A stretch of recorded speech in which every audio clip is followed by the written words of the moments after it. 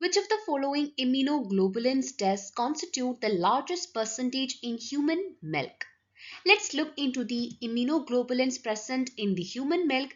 They are IgA, IgG, IgM and IgD.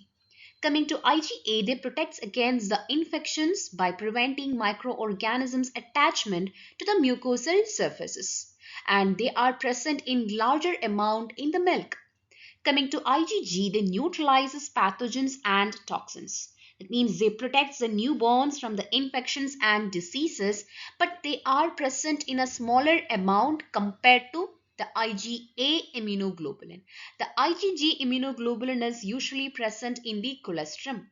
Coming to IgM, it activates the complement system and the quantity is smaller than IgG. Coming to IgD, which is having a role in the immune response initiation, and it is present in a very little amount in the milk. So that means the correct answer is option D, IgA, whereas IgG, IgD and IgM are incorrect answers.